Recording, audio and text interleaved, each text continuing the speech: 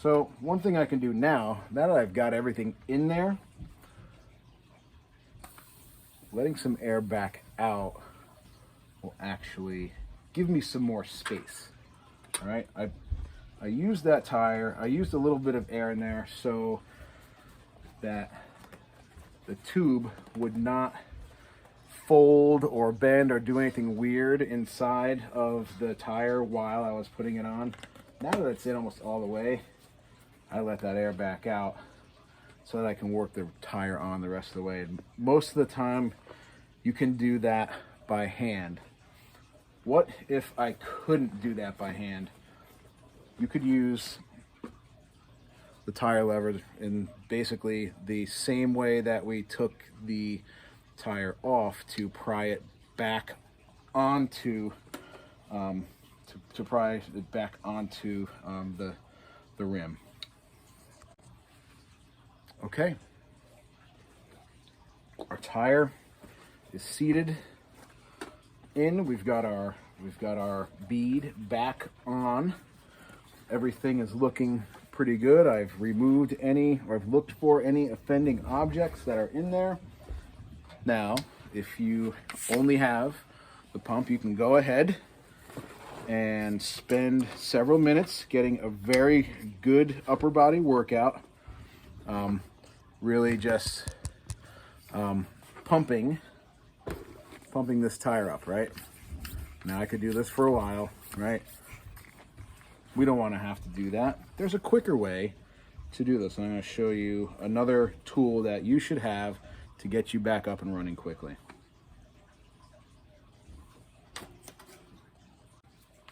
Now that I'm properly equipped to use the CO2 cartridge, let's see how it's done.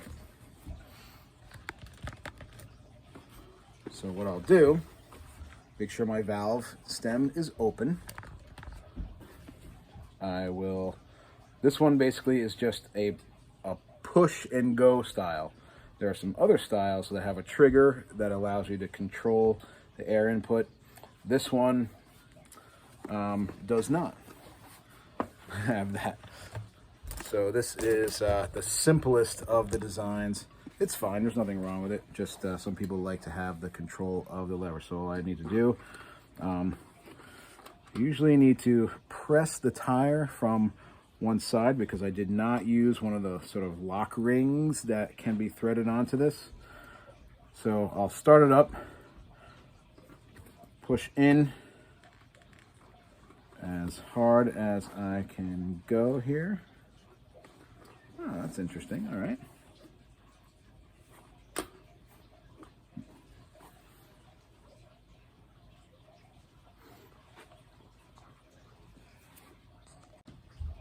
Before you begin with your CO2, you want to make sure you have the lock ring installed on your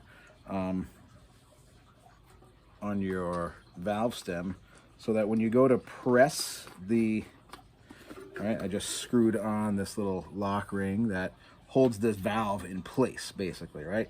So when I go to press this down, it'll hold in place. So you do need that little piece. You might be wondering, what's that for? This is what it's for. All right, so once I get that down, you can see how we are spring loaded there. Okay. Typically, I would not put that up against myself like that in case there was a blowout of some kind. And I would just finish until there's no more CO2. Now, this got pretty firm. I would say this probably got a good 20 PSI in it. And so I'll make sure no air gets back out. So it's very cold. Right now you can see actually that frost formed on this because of the coldness of the air and the rapid decrease in pressure. So just cinch that down. See the frost that developed on this as well. So it really does get cold enough to get pretty frosty. Would it give you frostbite? I'm not sure, but I really don't want to find out. Another style of one of these is sort of the sealed cartridge style one here. So it basically does same thing. You would, you'd screw this into here. This is a 20 gram one, so they'll give you more pressure. Put that on there, and this actually is good because it will protect your hand from the freezing cold cylinder, and that's a nice feature. And this also has the trigger, which will allow you to control the amount of CO2 you put in, because sometimes you might not want it all. And the cartridge stores neatly inside of this without the worry of accidentally opening it by pressing it in too far. So that's another option that's out there for the CO2 cartridge. Now we're ready to put this back on the bike and get riding again.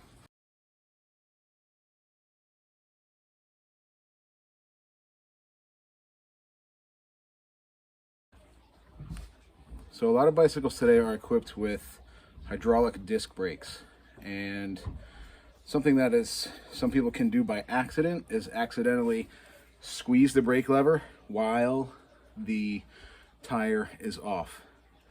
You never want to do this because the brake will set in a more closed position, and then you won't be able to get your tire back in, and the brake will need to have maintenance done on it before you can really ride it again. So something to be very careful of with disc brakes, especially hydraulic disc brakes, is that they will not remember to go back to where they started if you do in fact squeeze the brake lever. So make sure you keep your hands off the brakes when the wheel is out.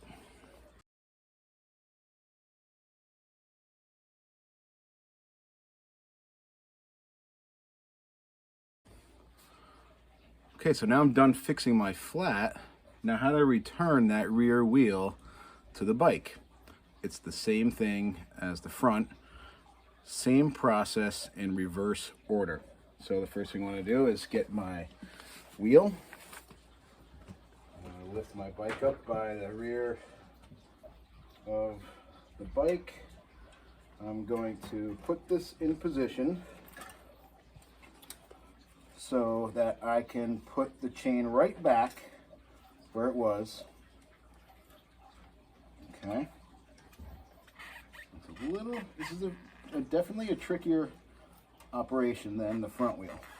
One of the things you often have to do is push down on the bottom part of this, what's called the derailleur pulley.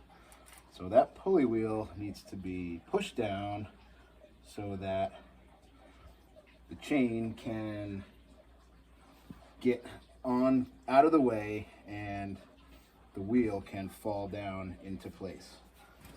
And yes, sometimes it does take a little bit of lining up in order to get this to happen.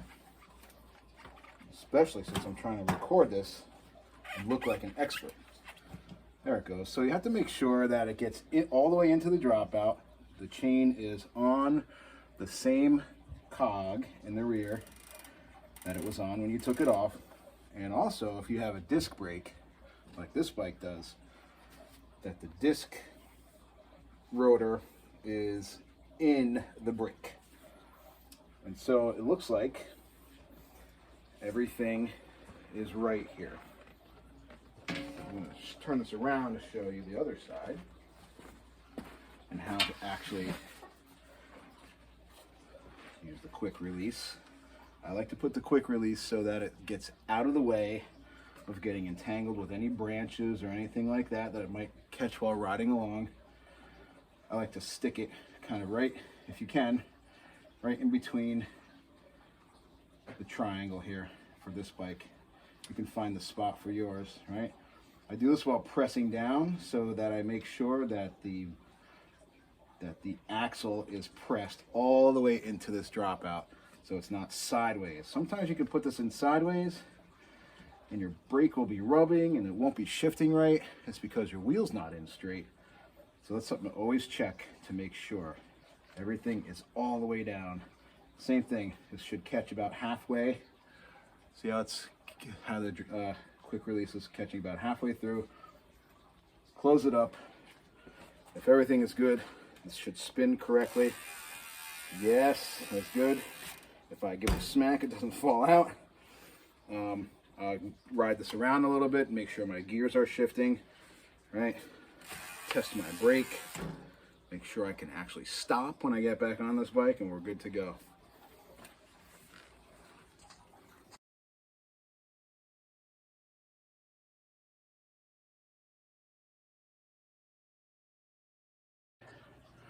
All right, that's great. My flat tire is all fixed. Let's put this tire back on. I made sure I never squeezed the brake. I'm just gonna kind of wheel this back in. I'm gonna be looking down to make sure that I put this on top of that lowest, smallest cog, because that's where I took the wheel off. And I'm gonna try to line up the holes for where this axle needs to go back in. So I'm gonna push this back in through the other side.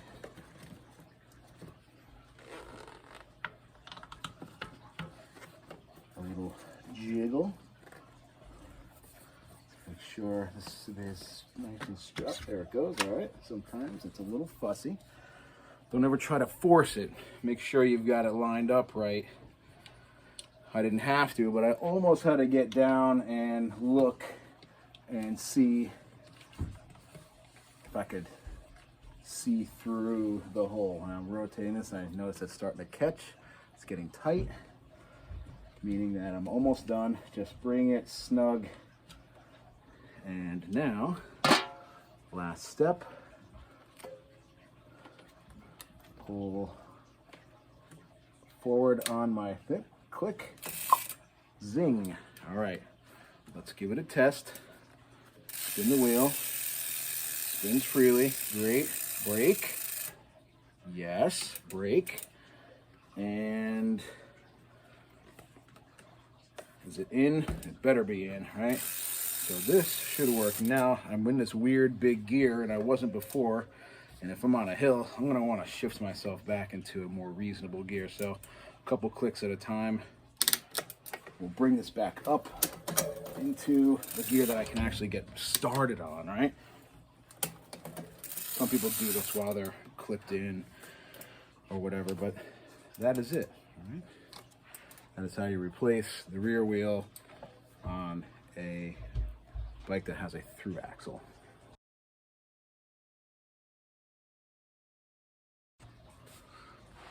I hope you got some information about how to change a flat tire on any type of bike. And now go practice doing that. And don't forget to like and subscribe.